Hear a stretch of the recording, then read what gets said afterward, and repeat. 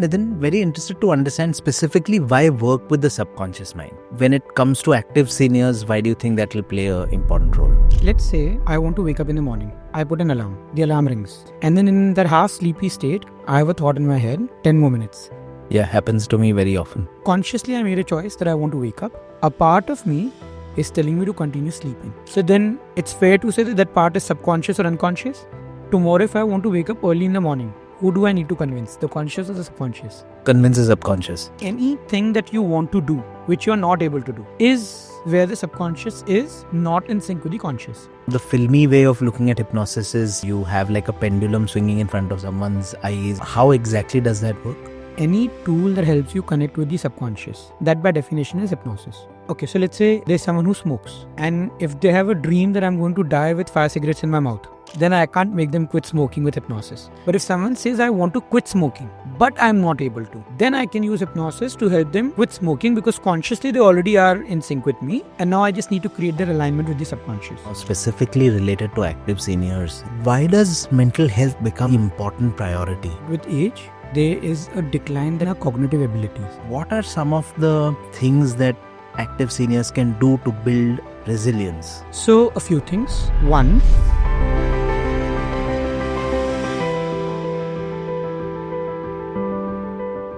hi everybody, welcome to this episode of the Meru Life Podcast. Meru Life is building the first of its kind ecosystem specifically targeted to help active seniors live an active, connected and purposeful second innings. In this episode of the podcast, I'm very, very happy to welcome Mr. Nitin Shah. Nitin is the CEO of ICHARS. ICHARS is the Institute of Clinical Hypnosis and Related Sciences.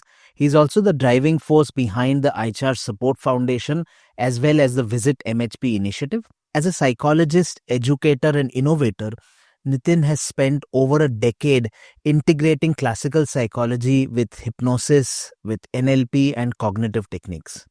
He's a master's in counselling psychology with over 12 years of coaching and 10 years of training experience. He's pioneering CHC and CHP methodologies in India. So it's a great pleasure, Nitin, to have you on the show.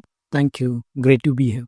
Thank you, Nitin. As we've spoken, of course, what we are trying to do with the Meru Life Podcast is discuss all those topics which active seniors may find very useful and that they can benefit from. So I think, it'll be really invaluable to hear your insights. And I'll spend the next hour or so talking to you about a whole host of topics which I think may help active seniors. Great. जैसे बोलते हैं ना, शुरुआत से शुरू करते हैं. Your journey is very interesting because I think you have a background in law and commerce and now you're doing what you're doing. So was there a specific trigger point that made you choose this career, or is this like a well-planned thought from the beginning itself? So no, when I did my BCom, I did it because I did not know what else to do. I did law because I wanted to stay in Bombay. So the nearest college which will give me a hostel was a law college. So I did law. I got into this field because during my graduation, during BCom, I met my partner. We were in a relationship, but we come from two completely different religions. And that had its own set of complications where she was under a house arrest for almost a year. And that's when I realized that everything that logically I could think of, that I could do to connect with her, to speak to her, nothing seemed to be working. So I started exploring with whatever else came my way. And that's when I came across the book called as The Power of Subconscious Mind. When I read that book, I had no idea what it is talking about. But I realized, why not just experiment with what it says? What do I have to lose? And that's when I started experimenting with certain ideas in the book. To my surprise, it worked for me. And that's when I became interested and curious about how the mind works, what is the subconscious mind, how it influences our life, and so on. Then during a conversation with one of my professors, he recommended a course in hypnosis that maybe this is a course that you would be interested in. When I joined that course, then I knew this is it. This is the field that I'm going to take up. I completed my law CS, BCom simply because I'd started it, so I did not want to cut it short or leave it incomplete.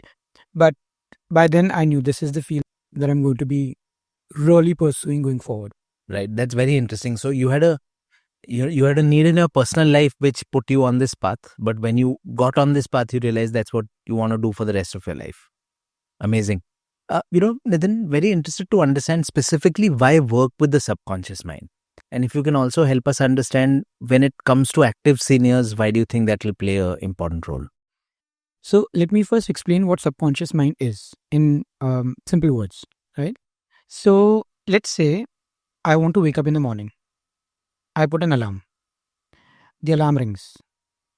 And then in that half sleepy state, I have a thought in my head, 10 more minutes.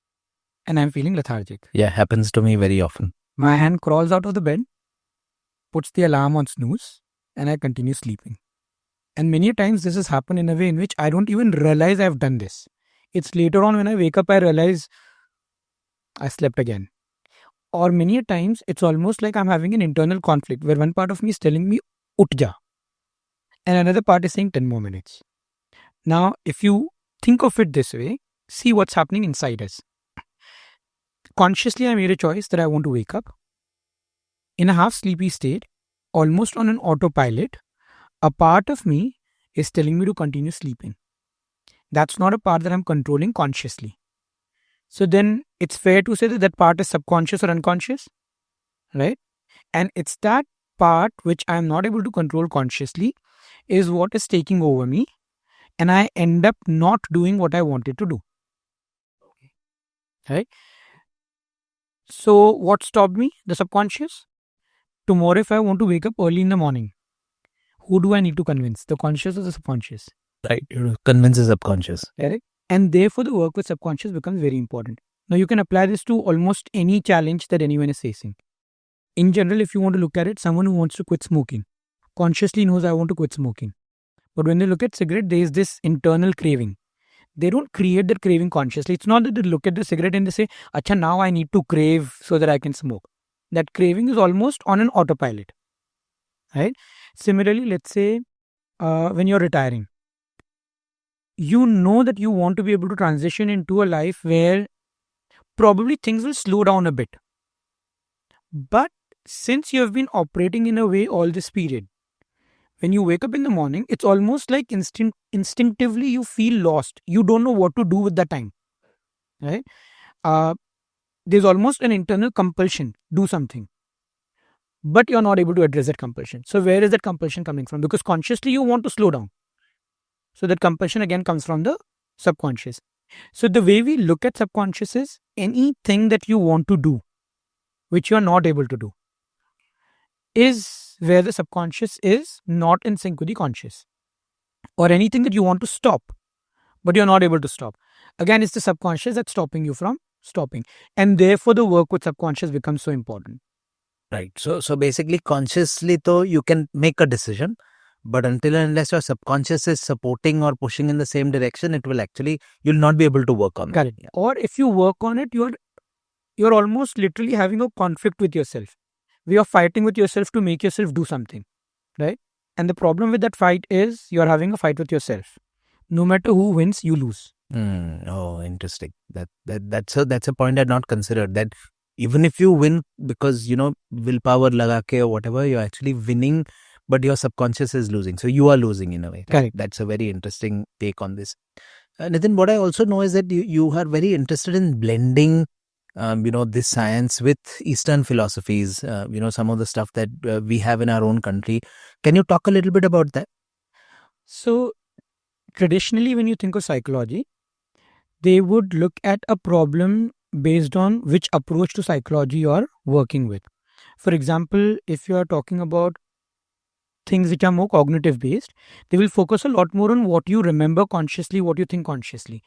But they kind of discard the subconscious, right? Similarly, if you were to look at something like psychoanalysis, which talks a lot about subconscious or unconscious, but their understanding of unconscious comes more like a dark, dingy place where you have your deepest, darkest secrets and you need to avoid that no matter what. Right. Sigmund Freud. Yeah. Right? Now, if you think of Eastern philosophies, they actually look at subconscious slightly differently. So you would have noticed almost every spiritual group, every Eastern philosophy talks about that the answers lie within. You just need to be able to connect with yourself, which basically means consciously I don't have the answers, but a part of me within me knows the answers. If I'm able to connect with that part, I can use the insights, the learnings, the wisdom of that inner part, inner advisor to improve my life. For us, that's what subconscious is. So while we are talking about this, and this is where Eastern philosophies come into play. The problem with Eastern philosophies is they don't really tell you how to connect with that part. मतलब आप बहुत ही पूछ लोगे तो आपको बोलेंगे meditation कर लो. After years and years of meditation, you will probably be able to connect with that part.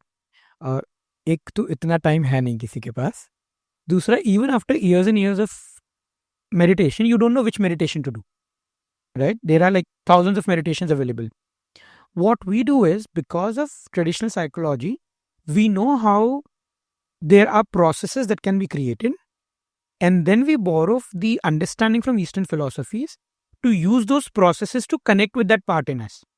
And hence the merging of modern psychology with Eastern philosophies, that modern psychology gives us the framework, Eastern philosophies give us the philosophical understanding, and then we merge them together to create the processes that we work with. I think that sounds like a very powerful blend, right? I mean, you take the best of both worlds. I mean, Western world does seem to have this whole framework-based approach, almost like a toolkit or a methodology-based approach, and the spiritual element of it or whatever comes from the Eastern philosophy. So, and you've combined both of them in your approach. That's really interesting. And I think this brings me to your Visit MHP initiative also. Can you talk a little bit about that? What is the Visit MHP initiative? So, one of the things that we have been working towards is creating awareness about mental health and the need to visit a mental health practitioner. The challenge that we have been facing is the stigma associated to mental health. And while people try to talk more and more about disorders to destigmatize the idea of mental health, saying that the disorder is not as uncommon as people think it to be, the problem is every time you talk about a disorder, while the attempt is to destigmatize mental health, invariably we are making it a stigma, because then we are saying that, oh, disorder and therapist. What we want to do is turn the conversation around. Mental health is not just about overcoming the disorders that people may have. It's about creating a lifestyle that can help you prevent getting into that disorder, right? So the example that I take generally is, think of a gym. For a long time, people would go to a gym simply because they were overweight and they wanted to manage their weight, right? That is a very negative association with gym. What did gym do? They changed the conversation. They said, if you're healthy and if you want to maintain your physical health, come to the gym. So Visit MHP is that initiative where we are talking to people about the benefits of visiting a mental health practitioner, consulting a mental health practitioner, even when currently you are in a happier, healthier state, so that you can continue maintaining that happier, healthier state. And that, in my opinion, would be the best way of destigmatizing visiting a mental health practitioner, because you're no longer looking at it from a disorder point of view, but from a well-being point of view. Right. So it's the equivalent of, eat healthy, stay active, have your supplements, go to the gym, rather than, when you're unwell, you take medicine. It's preventative rather than curative, something like that. Yeah. And as an extension of that, what we've done is we have also created a community of psychologists that we actively mentor and support, because that was another challenge that we realized people face, that even if we want to go and visit a practitioner, we don't know which practitioner to visit, and the quality of practitioners at times can be varying largely, and you don't really know which practitioner you can go to, which practitioner you can't go to. So we created a learning community for psychologists where they can be a part of that community, and then we can mentor them, support them, guide them in their journey towards being able to provide more effective services to people. Right. This is a very noble cause, because, if the shift does happen, I can imagine it, destigmatizing the whole mental health conversation, which is great. Actually, there's a very funny thing that just occurred to me. You use hypnosis as a tool, to work with people. The filmy way of looking at hypnosis is, you have like a pendulum swinging in front of someone's eyes, and then you snap your fingers, and that sort of stuff is what films tend to propagate. But in real life, when you use hypnosis as a tool to work with people, how exactly does that work? Okay, so remember I spoke about the conscious and the subconscious? In very simple words, any tool that helps you connect with the subconscious and helps you create the alignment between the conscious and the subconscious. That by definition is hypnosis. Okay. Now, for those people who have been through any kind of guided meditations, by definition, guided meditations are hypnosis. Okay, so think of what guided meditations are. Someone is guiding you through a set of suggestions to help you go on an internal journey, which you're going through based on the suggestion that they're giving. There can't be a simpler definition to hypnosis. Right? What's important to realize is hypnosis can only help you create a change that you consciously want to create. Okay, so let's say there's someone who smokes. And if they have a dream that I'm going to die with 5 cigarettes in my mouth, then I can't make them quit smoking with hypnosis, no matter what, because consciously they don't want to quit. But if someone says, I want to quit smoking, but I'm not able to, then I can use hypnosis to help them quit smoking because consciously they already are in sync with me. And now I just need to create their alignment with the subconscious. And you're saying that guided meditation is one tool. Are there other tools also? So there are multiple ways. One is deep relaxation, which can induce people in hypnotic states. Second is mindfulness, which can help people get into a hypnotic state. Third would be bombarding the mind to overload the conscious mind. So remember you spoke about the pendulum, right? So that's exactly what happens with pendulum. So you have your head still. Someone has a pendulum in front of you. The pendulum moves. Your head is supposed to remain still and your eyes are supposed to move. Beyond a point, your eyes will get tired, right? Now, when your eyes get tired, your conscious mind does not know what to do next because you're not allowed to close your eyes right now. So it creates an overload on the conscious mind. Once the person who is using the pendulum notices that you are now going through that overload, then they tell you, close your eyes. So all of a sudden you realize, itna to main kar sakta hu. And then when you close your eyes, you're already beginning to become receptive to the suggestion that the other person has given to you. And then they will give you suggestions for relaxation, which obviously you want to accept because you are already mentally tired. This starts a process where you are now becoming more and more receptive to the suggestions that are being given to you. And therefore you get into that state where you then start experiencing the things that are being suggested to you. So that's another way. Helping people get in touch with intense emotions, positive or negative, will again help them get into a hypnotic state. So there are a series of ways in which you can induce a hypnotic state. Which process will you use with which client really depends upon what kind of clients you're working with. For example, someone who has low blood pressure, you will not want to use deep relaxation with them because when people relax, their blood pressure drops further and that causes anxiety in them. So then you would want to use a different process. So which process will depend from people to people. Yeah. But there are multiple ways. So Nitin, one of the things that I wanted to ask you now specifically related to active seniors is that, when people reach this age, maybe 55 or a little above 55, why does mental health become like a very, very important priority? What is it that changes around this time because of which people need to start really taking their mental health seriously? So there are a couple of things happen. One is that with age, any which ways, there is a decline that takes place in our cognitive abilities, which means the speed at which we solve certain problems, our ability to recall certain things as far as memory is concerned, all of that does slow down a bit. For people who have been operating at a fast pace, when this decline takes place, even a small decline has a tendency to bother them, irritate them a lot. And that irritation then can show in multiple areas of their life and can influence those areas. Second, many times people during this age group also go through certain life transitions, right? Some of them may be retiring, some of them may want to transition into a different job altogether. And these transitions also create challenges that have an impact on how they are, what their thoughts are, what their emotions are. This is also a period many a times when your social circle may not be as active as it used to be earlier. Your children may not be living with you, or the frequency at which they are interacting with you reduces because they have their own challenges that they are facing. And as a result, now there is a sense of loneliness, there is a sense of discomfort that starts setting in. And all of these things together have a tendency to create additional challenges that probably you were not having earlier, especially if you are transitioning from a faster life to a slower life.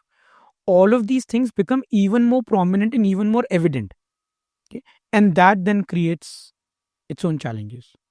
Interesting. So you're saying that there is few elements. There is one is a very natural process of cognitive decline which happens.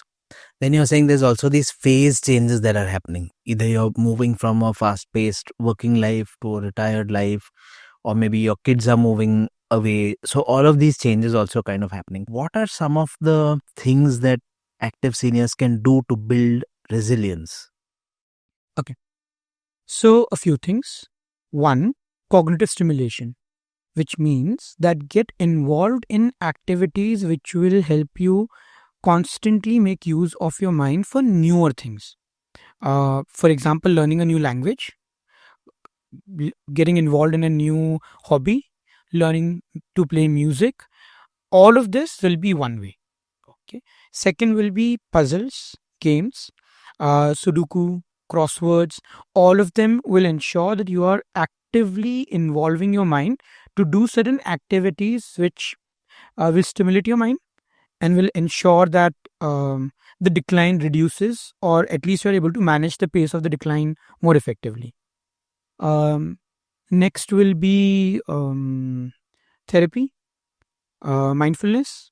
All of these activities will also ensure that there is an external support which is available for you, which, if required, provides you with additional interventions that can be helpful. And now we are living in a technology age. So be involved with technology, be involved with learning new things over technology. That will also help you with cognitive stimulation. So that will be one part of it. Second will be relationships. Interact with more people, engage in social groups, social activities, be it spiritual groups, be it religious activities, be it groups like Rotary, Lions, Leo, whatever groups where you will be involved with people, actively engaging with them. You can also get involved with self-help groups.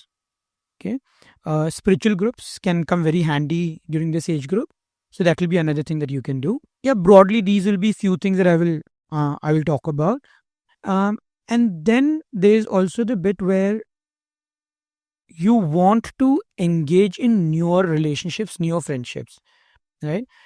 Because many a times with people that you already know, if they get busy with certain things, like I said, there's a sense of loneliness that creeps in, and then you don't know what to do with your life. So rather than trying to engage only with people that you know, interacting with new people, creating new relationships can come very handy. Very interesting. So there's like a lot of actionable things that one can do, to help in this area. एक specific question था, which I feel a lot of people may be looking for. Over 55, 60 years, I'm sure there must be some of the other elements that you might regret that have happened in your life. And there is a tendency to keep thinking about that over and over again, which causes a lot of emotional distress many times. So how do you deal with this regret? What is a tool or a technique to deal with regret? Okay, so I'll break this in two parts.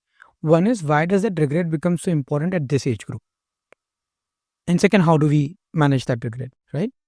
So why it becomes so important at this age group is because over the years, those regrets have been piling up, right? So it's almost like an empty bucket when you start, and then slowly and gradually small dosage of regrets build up. For a long time, because you're younger, your ability to pick up that weight is greater, and also the weight is lesser. You're able to manage that weight and you don't really realize it's impacting your day-to-day life. But with age, as that bucket fills up, it's already very heavy, and your ability to hold that weight has come down. And now, as a result, it starts acting out even more prominently. Second, when we are still younger, we have this feeling that I have years left, so I'll take care of this later on. As you start becoming older, there's this feeling that now I'm running out of time and I don't even know what to do with the regrets that I have. And that creates more turmoil. So that's why it becomes so prominent and so important in this age group. Now, how do you manage that regret? Certain things that you can do on your own. One will be journaling. even blogging for that matter. Because what it does is it helps you write down what you're experiencing in your mind, and it also helps you release whatever that emotional baggage is. Okay, at least it gets an outlet. Second, activities like maintaining a gratitude journal makes you realize that while there are things that you regret, there are also things that you are very grateful about. And at times, the things that you have been able to achieve that you're grateful about are at the cost of those things that you were not able to do, which you regret. So that creates a sense of balance for you, about it's not a lost cause completely. It's almost like a payoff that you're receiving, right? Um, Certain activities like mindfulness, thought awareness will help you catch yourself, which means that it will at least prevent you from getting into a spiraling mode where you're not able to control those regrets and those emotions. And lastly, therapy, where required, is very, very useful and can really benefit. I love the part that you're saying, that sometimes you regret something, but maybe because you either made that sacrifice or you took that decision, everything else that happened in your life was because of that. So contextualizing it in a broader sense, I think that's a very, very beautiful thing. I think that's going to help a lot of people. Um, you know, so so one is of course this regrets which we spoke about, and there could be other emotional issues that people are facing. Is it true that a lot of indications or conditions or diseases actually are because people are having all of these issues? Can emotional issues actually lead to physical diseases, physical issues?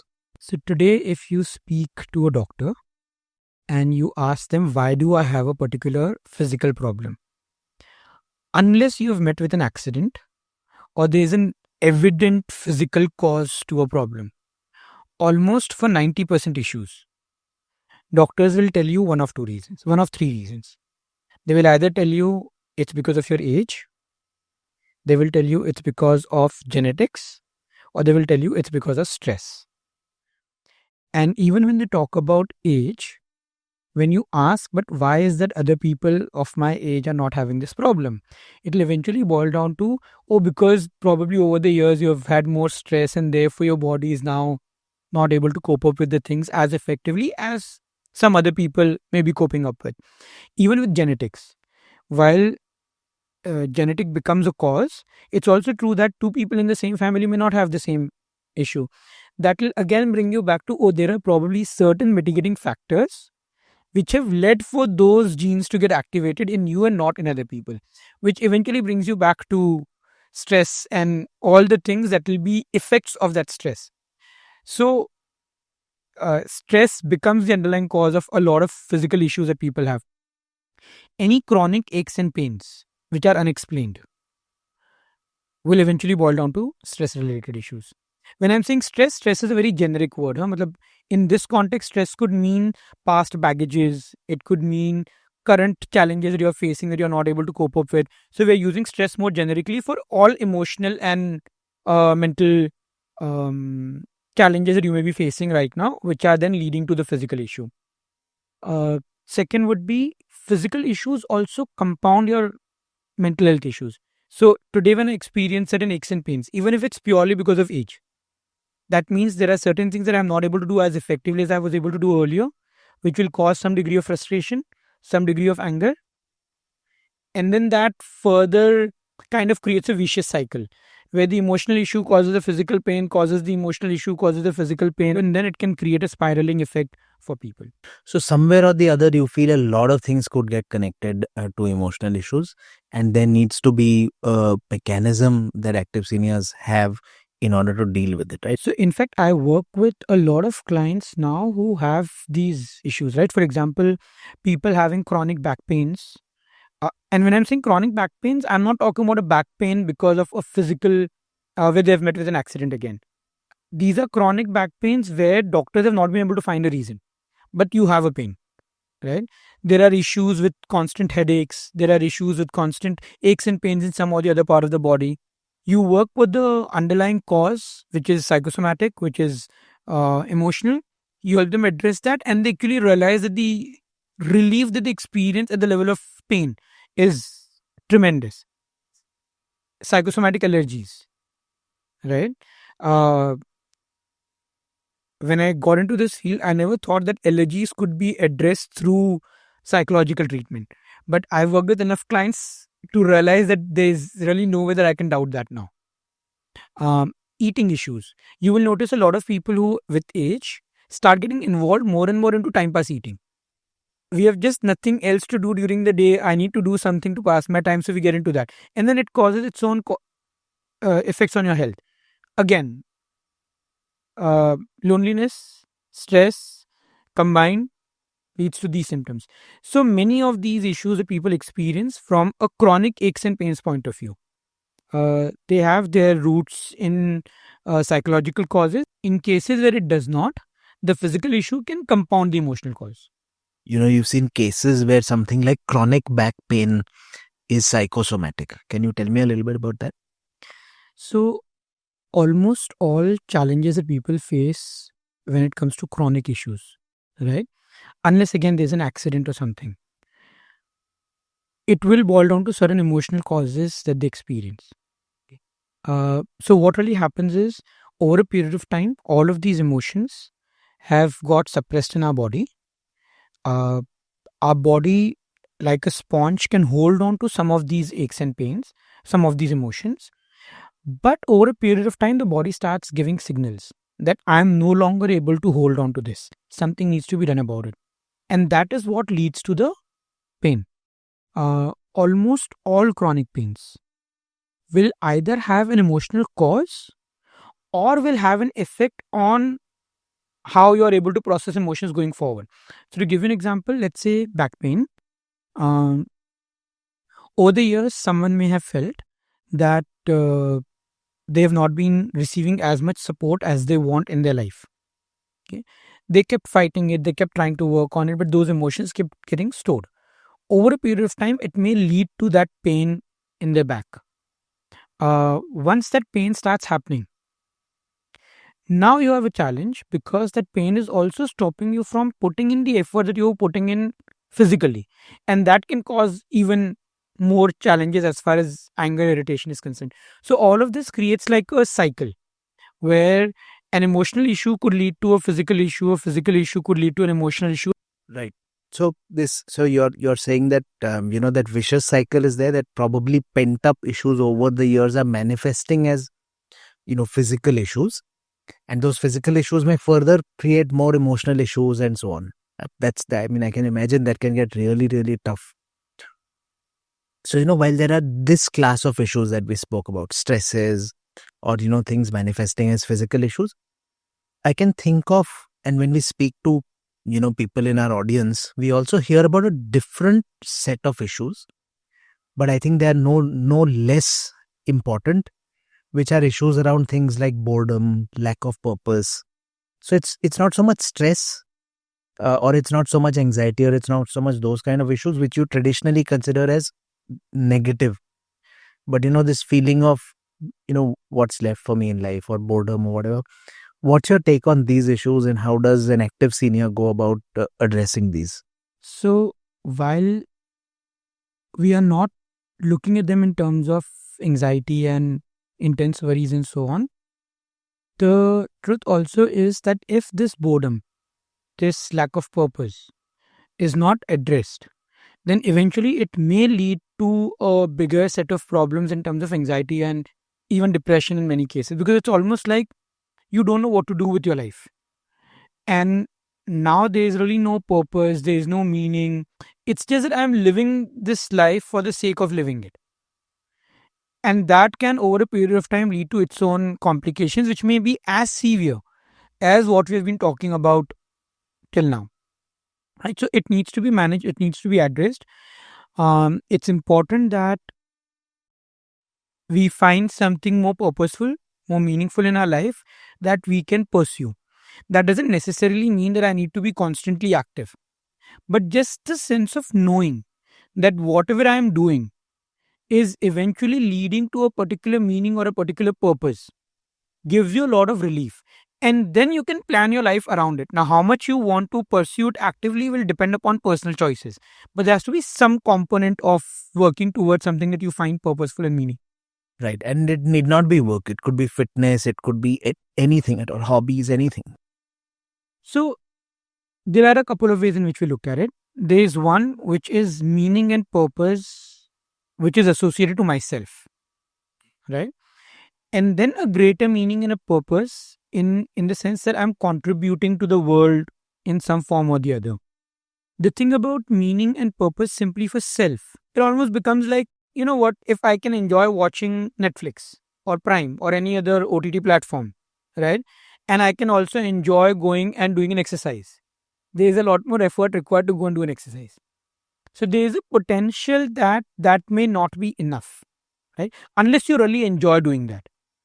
But when you assign a greater meaning to it, which is greater than yourself, then what it does is you realize, okay, I need to go to a gym because I need to keep myself fit.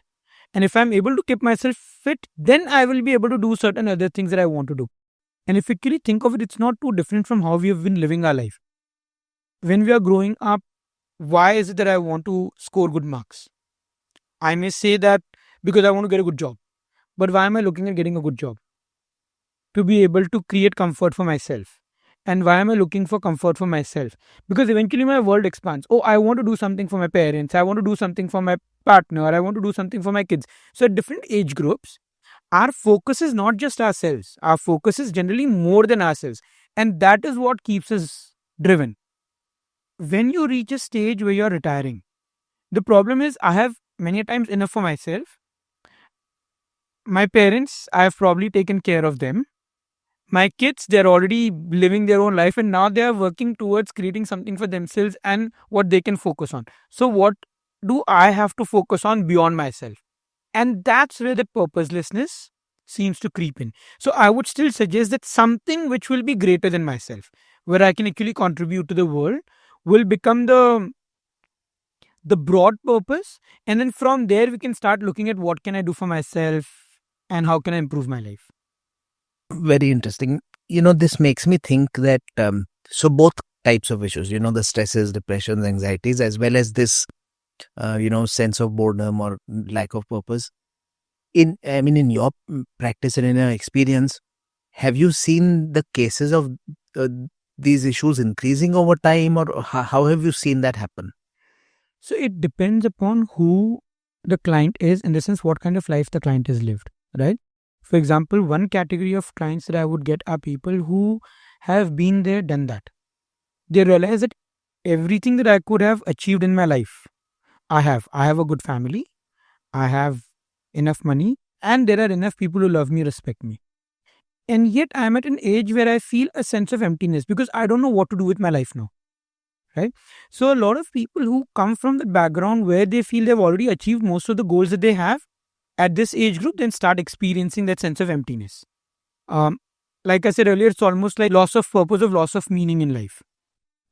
Then there's another category of people where they feel I have not been able to achieve all that I wanted to.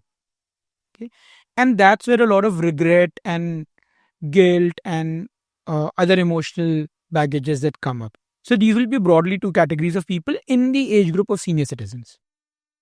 So my question also was that is this increase, like in today's day, do you see more of these cases than they were, let's say, 5 years back, 10 years back? Is the incidence of active seniors, coming to you for support, is that increasing over time? It is increasing, but partially that's also because the number of people who are transitioning into that age group is far more than the rate at which we are going from a working population to a population which is retiring. That pace itself has increased. And because of that, the number of people who are experiencing that has also increased. Second, earlier, you still had to be actively involved to take care of certain things. With the world that we are living in, there's so much of technology available. Then a lot of work can actually be delegated, so as to say, to that technology, which again gives you more free time. And then you don't know what to do with that free time. So yes, that number is increasing, but the factors can be multiple. So, what I would like to do, as we kind of move ahead is, if you can help define for me as well as people who are watching and listening, what does being mentally fit or emotionally fit mean for active seniors? If you can help us paint a picture. So the easiest way of understanding being mentally fit would be to break your mental fitness into three categories. First will be your thoughts, second will be your emotions, and third will be your actions. So, if you're able to manage your thoughts effectively, which means when something unexpected happens or something that does not fulfill your expectation happens, then you don't spiral into a set of negative thoughts. You are able to put a stop to them, right? So, being able to manage your thoughts will be one. Second will be emotional regulation, where when you are experiencing certain emotions, they don't become so overwhelming that they cause dysfunctionality in your life. And third will be managing your actions, where if you know something that you want to do, that you need to do, that's good for you, more or less you're able to do them. You are not constantly procrastinating them or delaying them or avoiding them, right? So if you're able to take care of these three things, and when I say take care of them, I don't mean that you never have a negative thought or you never have an emotional outburst or that you always do what you want to do. But more or less, you realize that I'm able to take care of this in a way in which my life is relatively happy. I am not experiencing too much of dysfunctionality, right? Then I would say that's a decent enough definition for a realistic way of understanding what mental fitness will be. Right. That's very interesting. So you've actually given us a very clear framework of thoughts and emotions and actions. So that's going to be very helpful for people. Sustainable happiness and being content. ये दोनों एक ही चीज है or is there some sunlight between these? Okay. So, to be fair, the definition of the word happiness and contentment is very personal. For different people, it could really mean very different things. And for certain people, it could mean the same thing. But to kind of help you understand how we perceive it or how I would look at it, think of happiness as sometimes short term, where I've bought a car, I've won a competition, someone has gifted me something, and I feel extremely happy. And then there's this sustained sense of happiness which I experience knowing that my life is going the way how I would like it to be, right? So that sustained happiness would be more about contentment, would be more about the satisfaction that we experience with our life. And the one where I'm experiencing happiness fleetingly because something good is happening in my life will be more short term happiness. So, in fact, the way we describe happiness, we break it in 3 steps. First is material happiness, where I am feeling happy because of something that I have achieved, some material progress that I've made in my life. This is the most short term lived happiness that you will have, right? I bought a car, I felt happy till I saw my neighbor buying a bigger car, and then that happiness goes away. Second is the happiness out of flow, which is more about me being able to engage in things that I enjoy doing. So when people talk about follow your passion, follow your purpose, all of that is the second level of happiness, which is comparatively more sustainable as compared to material happiness. But the problem with that also is that you can't do it 24/7. So I love conducting workshops, but can I really conduct workshops 24/7? The answer is no. Plus, in order to conduct those workshops, there are things that I need to do which I don't enjoy doing, which will then take away from my flow, right? And again, that will impact my level of happiness. And then third is what we spoke about earlier, happiness driven out of a greater purpose that we have achieved or that we are pursuing in our life. Now, what happens with the greater purpose is all those other things that you need to do to follow your passion that you actually don't enjoy doing becomes more manageable because it's connected to your purpose, right? So, for example, if my purpose is to create positive difference in lives of certain people, right? I can only do that if I'm conducting workshops because I'm good at it. But in order to conduct workshops, I need to do certain marketing, certain content creation, without which I can't do my workshops, right? So now when I have to create content, it's that greater purpose that keeps me motivated to actually do the work that otherwise I would not enjoy doing. Right? And that creates a more sustainable sense of happiness. So these 3 things together, when you're able to pursue all 3 of them, that you're getting material growth while following your passion, which is eventually leading to a greater purpose, is when you will realize that your happiness becomes a lot more sustainable. Very interesting. And that will be contentment for me. Contentment is sustainable happiness, and sustainable happiness is basically you defined 3 different types. Usme se the third type is what is sustainable happiness. Okay, very, very nice.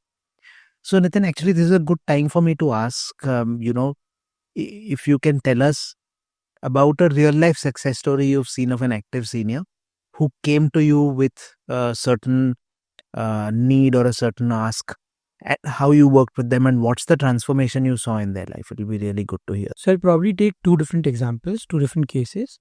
One will be someone who came to me with exactly this problem, that I have everything that I should in my life, everything that I dreamt of. And after achieving all of this, I'm feeling empty. I don't know what to do with my life. And the bigger problem that they were facing is that all along for them, success was about money, name, fame. They have that now. And when they're retiring, you're no longer as actively involved where, for example, if you went to your office, people will get up, people will greet you, people will tell you how great you are or how much you have transformed their lives. Now, because you're not going to office, that's no longer happening.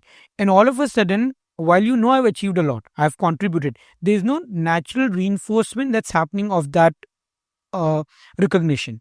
And that created a sense of emptiness. And the bigger problem that he was facing now was also the fact that I don't know what do I work towards now. So I have a lot of time, don't know how to utilize my time. We started working with him to help him figure out what his interests are, what he enjoys doing. Because he loved reading books, one of the books that he was actively reading at that time was Ikigai. So we converted Ikigai into like a guided process, which he went through to understand what is it that he can create as a new purpose in his life. Once he identified that purpose, then things became easier, because then we just had to work backwards from there, that once you have achieved this purpose, what would the life be like? What are the steps that you need to take on an ongoing basis? Given the pace at which you want to live going forward, what are the activities that you can do on a day-to-day basis? And once we had that plan in place, then it was just an idea of keeping him motivated to pursue that plan, and also to be able to help him become comfortable with the idea of slowing down. Right? Once we did all of that, now he is in a space where he is neither exerting himself too much, nor is he not doing anything. And whatever action he's taking is either contributing towards his personal welfare or towards pursuing that career or that purpose. And that gives him the sense of completion, that sense of satisfaction that he wants to experience in his life. So this would be one example. There's another one where someone, after retiring, because they enjoyed eating, they really went after eating and fulfilling that desire of being able to taste and explore all kinds of cuisine. But that then eventually created a problem as far as his health was concerned.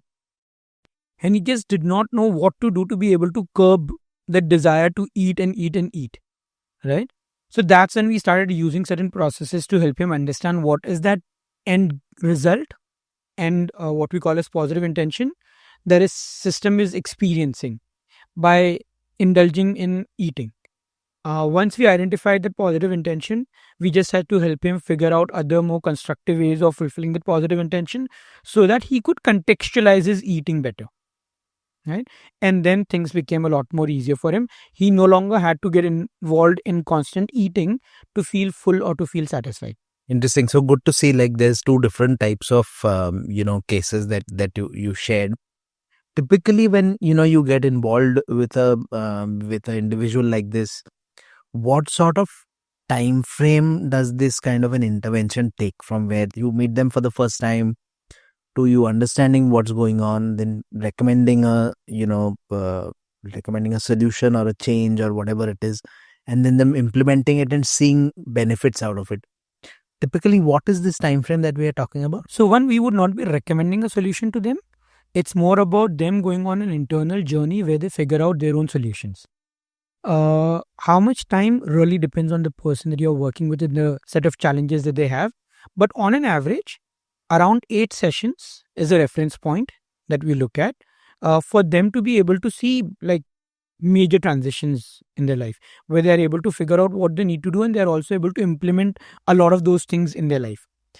3 sessions is the reference point for them to begin to see a change that is tangible, right? It's unlikely that we have done 3 sessions and they can't see any tangible change.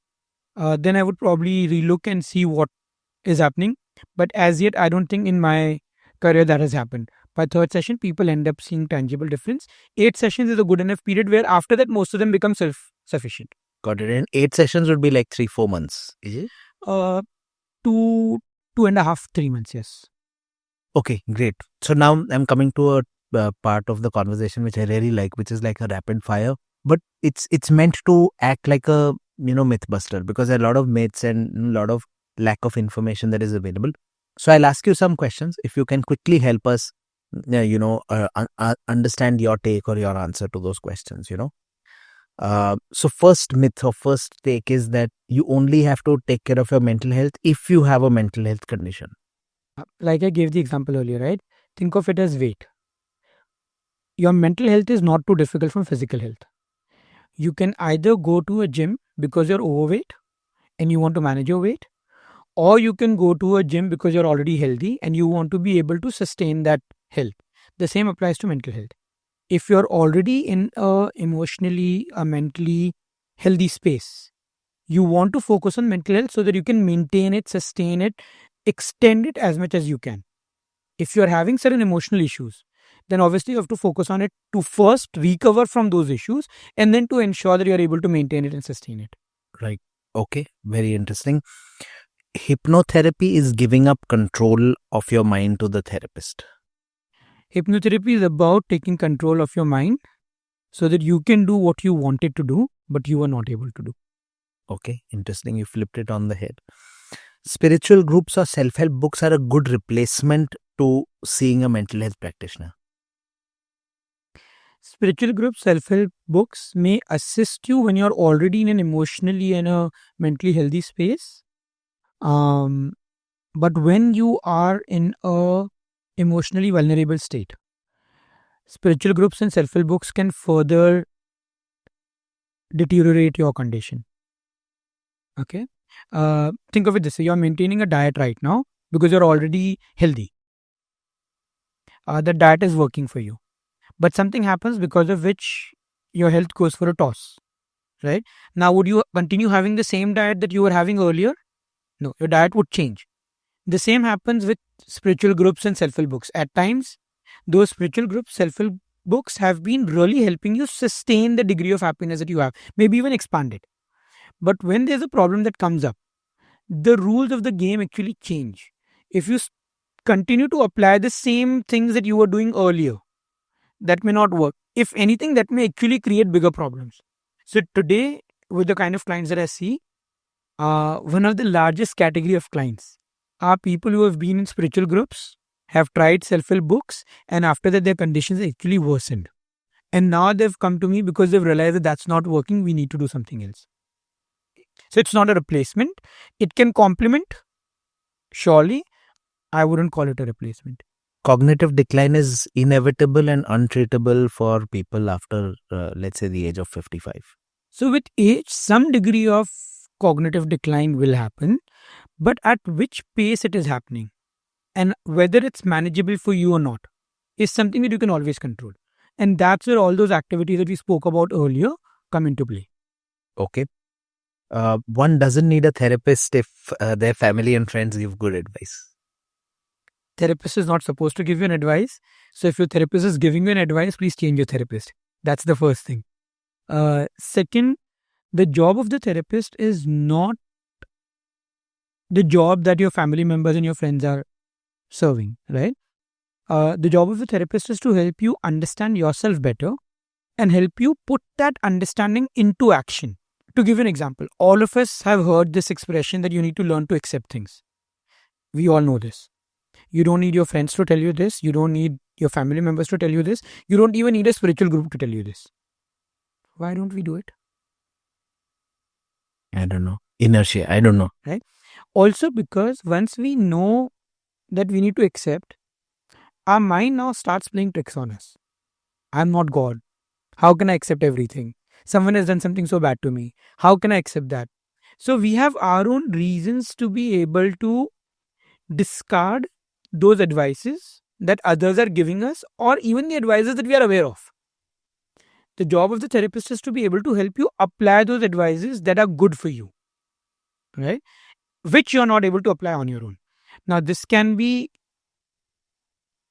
addressing broader difficulties. Like, I know that I'm going through a period where I'm depressed and I'm not able to do anything about it. I know there are things which cause anxiety in me and I'm not able to change the way I feel about those things. Two, it can also be something as simple as, I'm bored and I know I need to be actively involved, but I'm not able to become actively involved. So, in all of these places, a therapist will come handy. In short, therapist is not a replacement for your family and friends, but your family and friends are also not a replacement for your therapist. Now, this is a question which I've also wondered off and on. Are psychiatrists and psychologists the same profession? No. Psychiatrists are medical practitioners. They are doctors who can prescribe medication for issues related to your mental health. Right?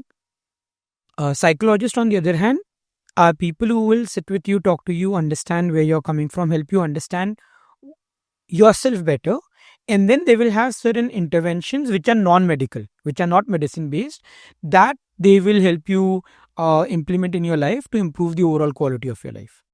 Got it. So when should one go to a psychiatrist? When should one go to a psychologist? Is there a primer for that? If you feel that a particular problem has been in your life for a prolonged period of time, and it's causing so much of dysfunctionality that you are not able to do the day-to-day things that you need to do, then you should visit a psychiatrist, right? If you feel that you're reaching that place where the dysfunctionality is coming in now, probably going to a psychologist is a good idea. If you're not sure, okay, you can visit either and they will guide you who the right person is to work with. So, Nitin, if we were to kind of, put a summary, what are the top 3 or 4 things that active seniors should be doing in order to lead a mentally and emotionally healthy life? One, learn new things. Second, get actively involved in self-care, which would include some kind of mindfulness activities, some kind of relaxation activities, maybe even puzzles and games. So that will be the second one. And third, please ensure that you have a social circle around you that create that sense of joy, that sense of belongingness, which is extremely important for you to keep yourself going. These are the 3 things that I would recommend that you should really do. So, Nitin, one thing that I wanted to ask you was, one topic which, again, when we speak to active seniors, we keep hearing this, is this habit of procrastination. कि मुझे पता है कि ये करना ज़रूरी है, but I'm not doing it. That could be like a specific task or it could be like a habit. How does one deal with procrastination? How does one get the motivation required to overcome this procrastination? Okay. So one, procrastination can be caused by multiple things. Motivation is only one factor and it's actually one of the smaller factors.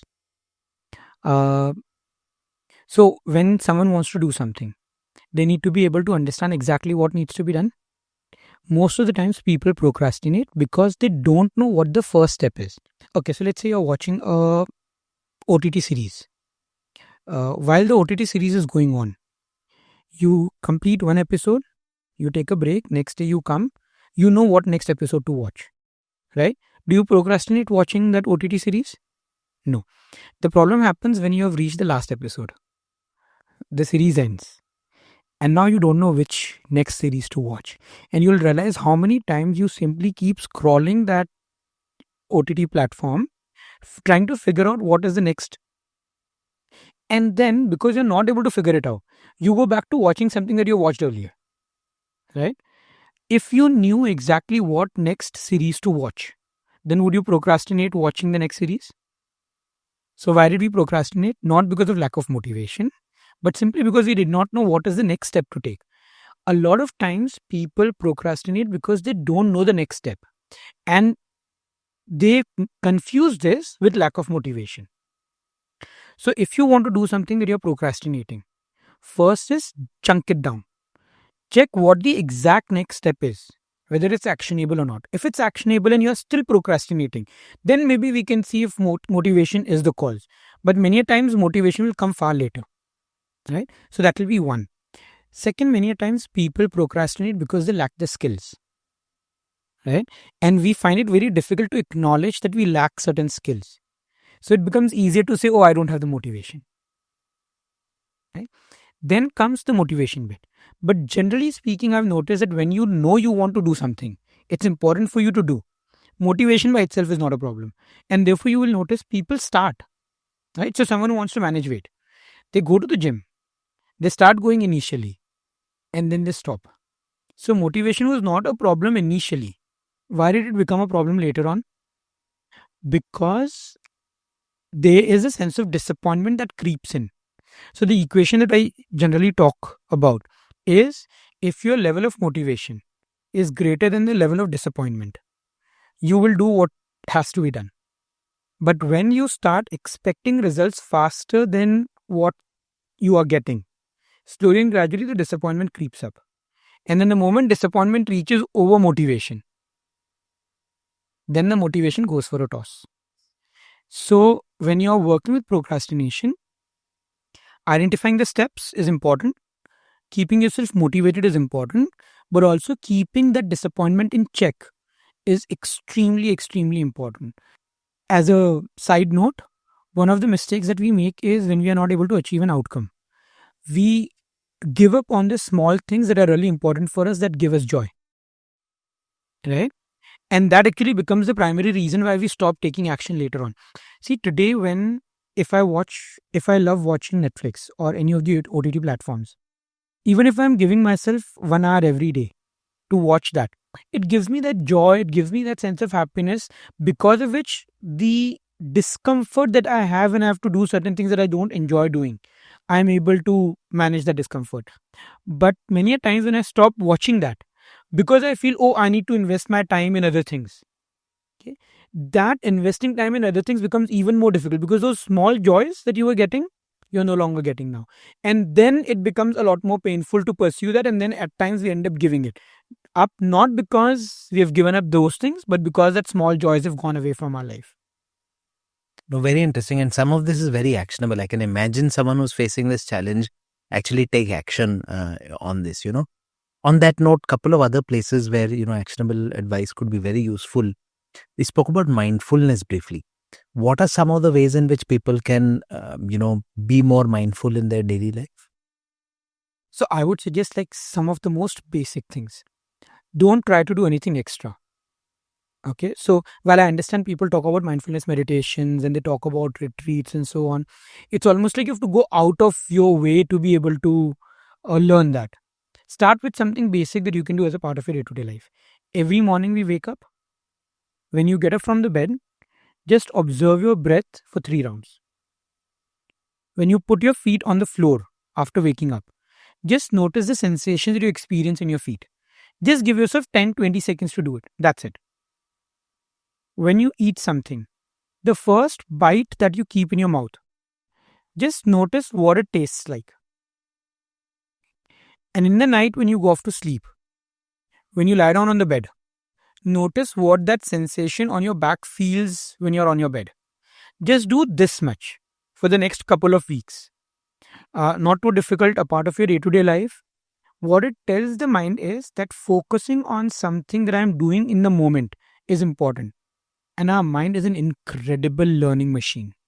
So the moment it realizes focusing on present is important, you'll realize that it starts expanding this awareness to other areas of your life without you necessarily actively trying to do that.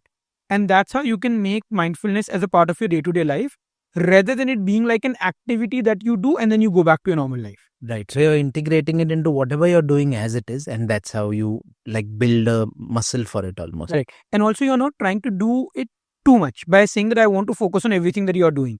Just pick up 2-3 small things that you can do and then allow the mind to expand it to other areas of your life. Right. Got it.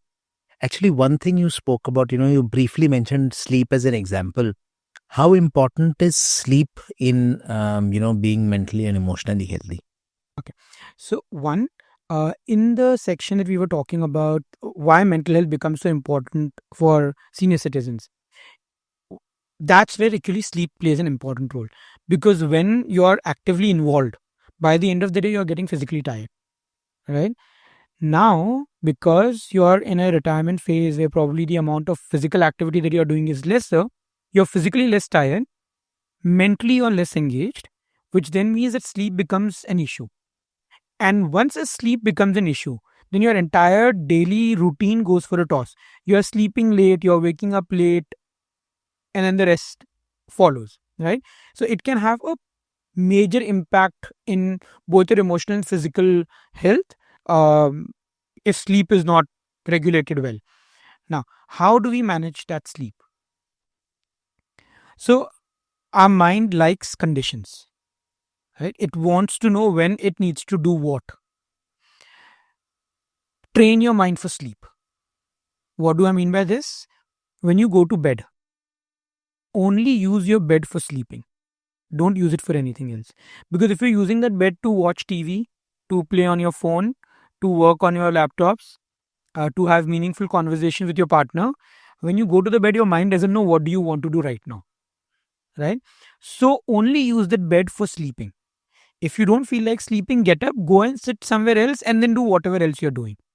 In case you're living in a space where space is a constraint, right? Uh, Use a different condition. So, for example, use a specific pillow that you will use for sleeping. And for everything else on that bed, use a different pillow. So, your mind is conditioned that every time you use this pillow, it's time for you to go off to sleep. So, that will be one.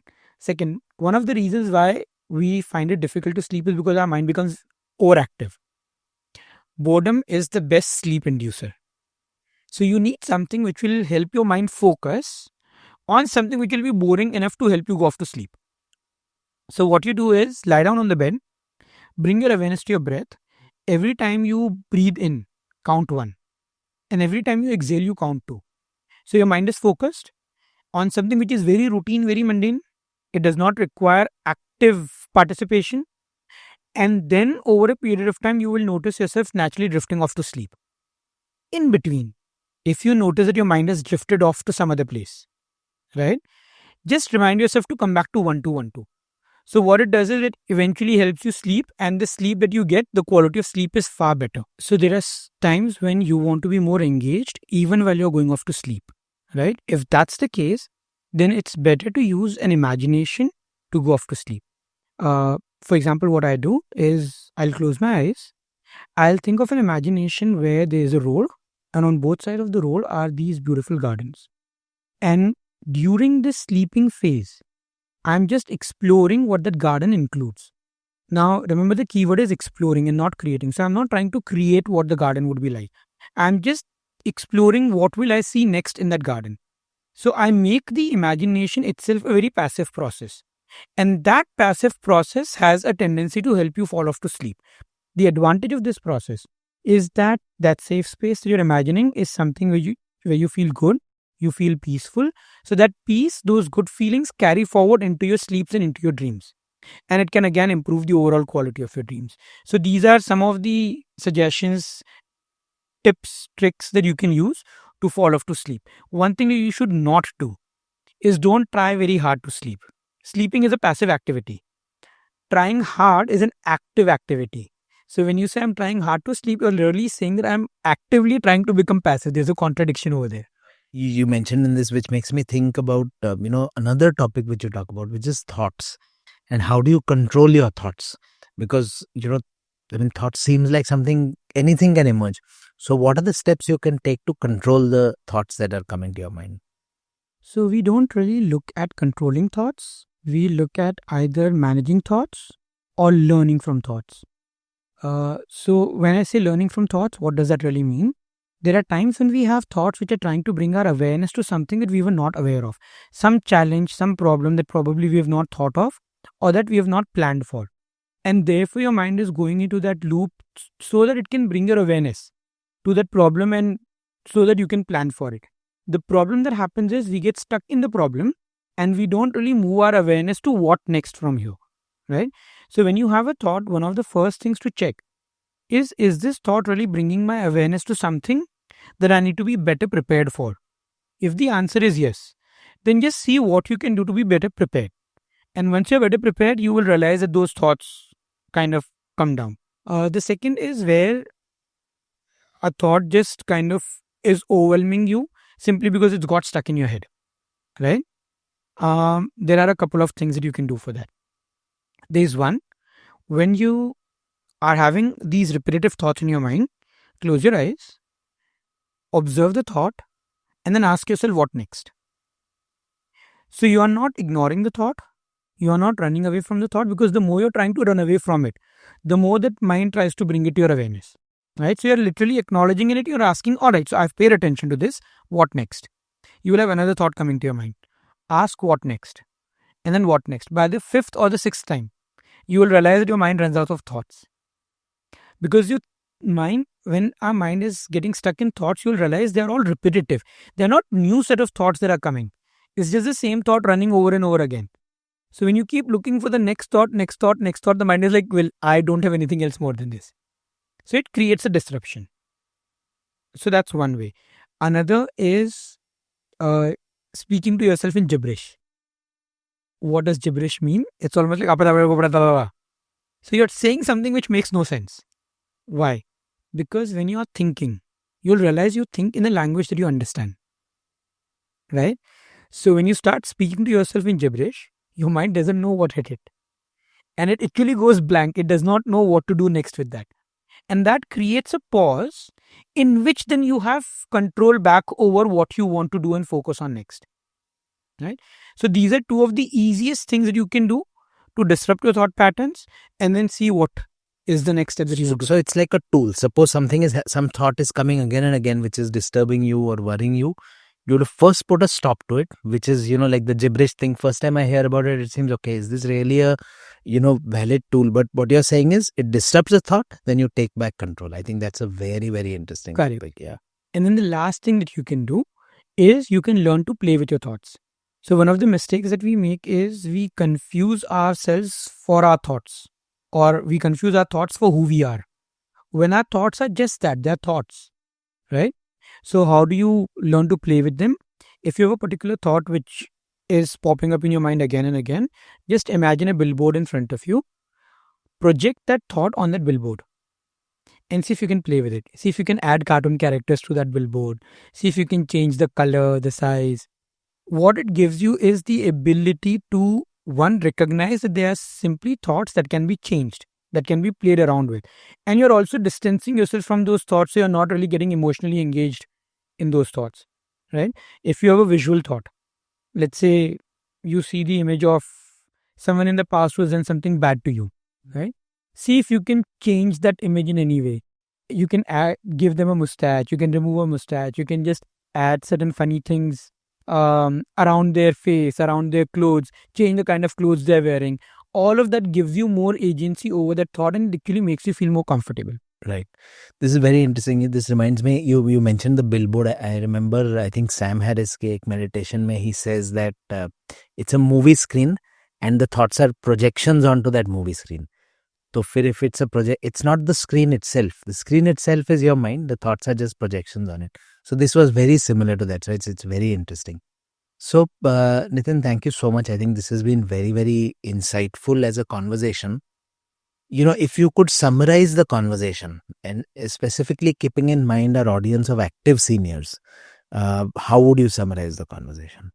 Okay, so the first thing is that cognitive decline with age will happen, but it doesn't necessarily need to be at a pace at which your day-to-day life is getting affected.